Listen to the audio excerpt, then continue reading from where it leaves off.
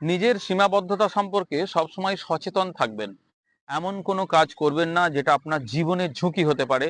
এমন কোনো রিস্ক নেবেন না যেটা আপনার বিপদ বাড়িয়ে দিতে পারে।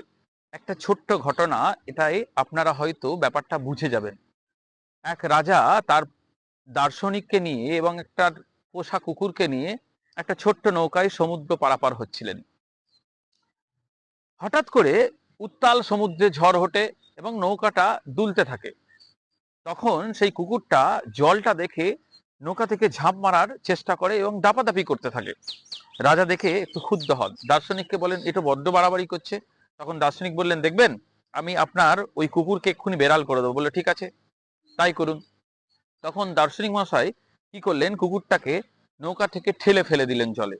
যখন জলে সে পড়লো তখন হাঁসফাঁস করতে লাগলো এবং দাপাদাপি করতে লাগলো, একদম এদিক ওদিক করে কি করবে ভেবে পাচ্ছে না।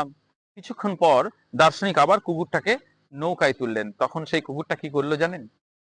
সে নৌকার এক কোণে চুপচাপ বসে রইল।